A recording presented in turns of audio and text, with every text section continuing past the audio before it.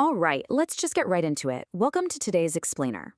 Now, we're tackling some incredibly pragmatic, completely no-nonsense ideas today that are going to fundamentally shift how you see yourself.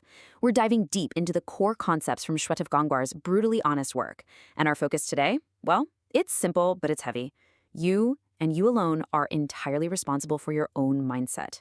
We are going to strip away all the noise, put an end to that exhausting, endless search for external approval, and actually figure out how to build genuine, unbreakable self-reliance. Look at the sheer audacity of this warning. Read only if you are prepared to get your feelings hurt. I mean, wow. We're starting here because the concepts we're exploring today are totally unapologetic. If you're a young person right now, maybe feeling kind of lost, endlessly scrolling through social media, and just feeling constantly inadequate, consider this your intervention. Because we are going to tear down the comfortable illusions you've been fed, and we're going to build back a self-sufficient mindset from the absolute ground up. I want you to really think about this question. If you're a student or, just starting out in life, ask yourself honestly, are your thoughts, your desires, your career goals, and your desperate pursuit of online likes, are they truly your own? Or are you just blindly following a script that someone else handed to you?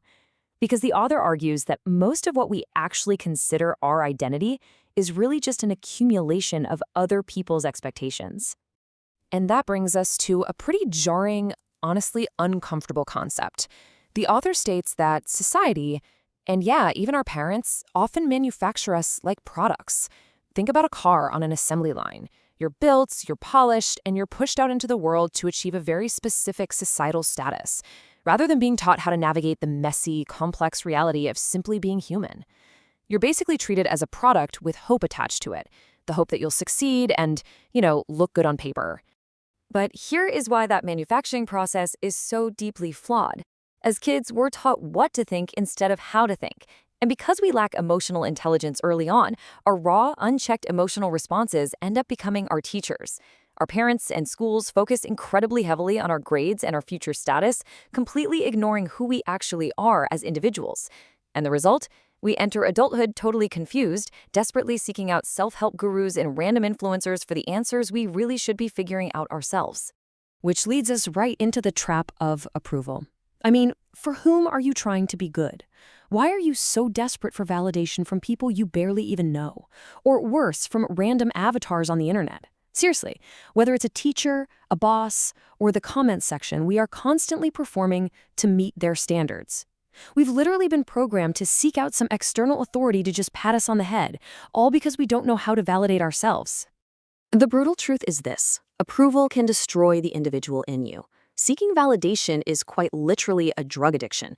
When you rely on an authority figure to validate your worth, you are actively murdering your own inner voice. The very second they withhold that praise, you crash. If you want to be a truly intelligent, genuinely free person, this cycle absolutely has to break. Think about the dependent mindset for a second. It's the happiness junkie who's impulsive, constantly running on a hamster wheel, totally obsessed with validation. Now, contrast that with the autonomous mindset.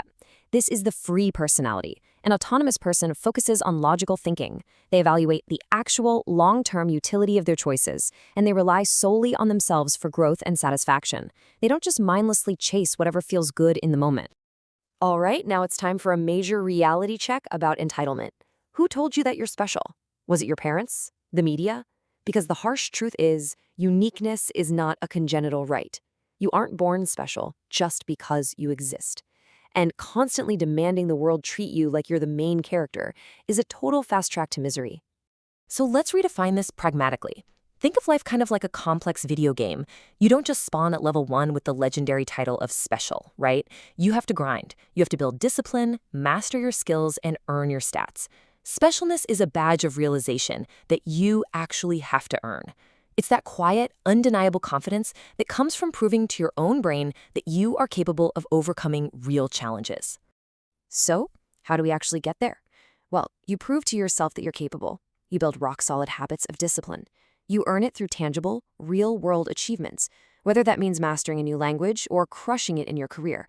And most importantly, you do it for yourself, not to impress some audience. Personal, concrete achievements are the only genuine source of self-esteem. That is exactly how you translate hollow social status into actual, undeniable inner value. Okay, let's pivot to something that universally hurts: rejection. Why do you allow someone else's no, whether it's a job interview or someone you asked out on a date, to send you into an absolute existential crisis? We internalize it so fast and instantly think, oh, I'm worthless. But actually, we're looking at this entirely the wrong way. We need to establish some unbreakable laws for our mindset right now. Law number 1, rejections are normal. They happen to literally everyone.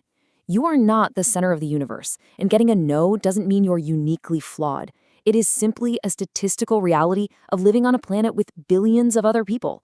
The math alone guarantees it. And here's law number 2. People are weird. We assume people make perfectly logical, totally objective decisions when they reject us. Spoiler alert, they don't. Humans make totally illogical choices based on hidden variables, weird past traumas, and bizarre biases that you know absolutely nothing about. Taking a stranger's rejection personally is just an ego trip. Let it go. People are weird.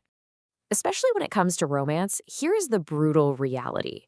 You have zero real data on why someone rejected you. First impressions? They're usually garbage. If you're young and feeling completely confused by dating, realize this.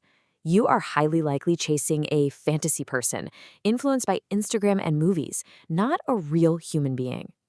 We live in a world of marketing where everyone is selling a highly curated, edited version of themselves.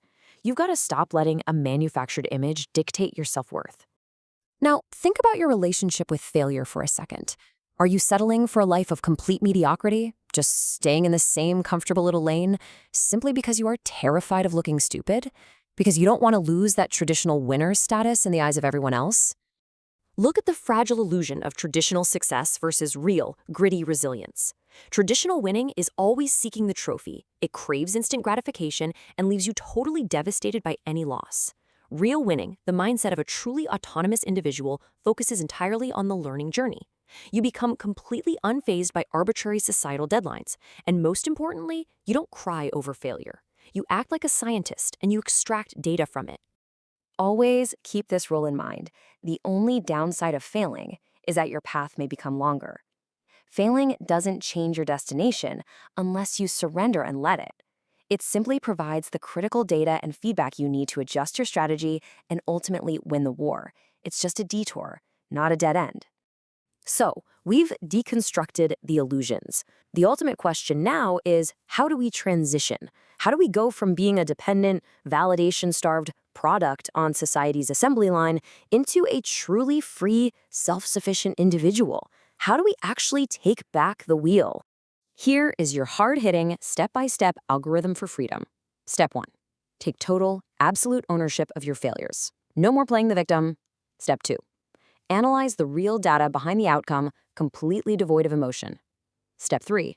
Adjust your approach based on that data and ruthlessly cut ties with toxic influences that demand you perform for their approval. And Step 4.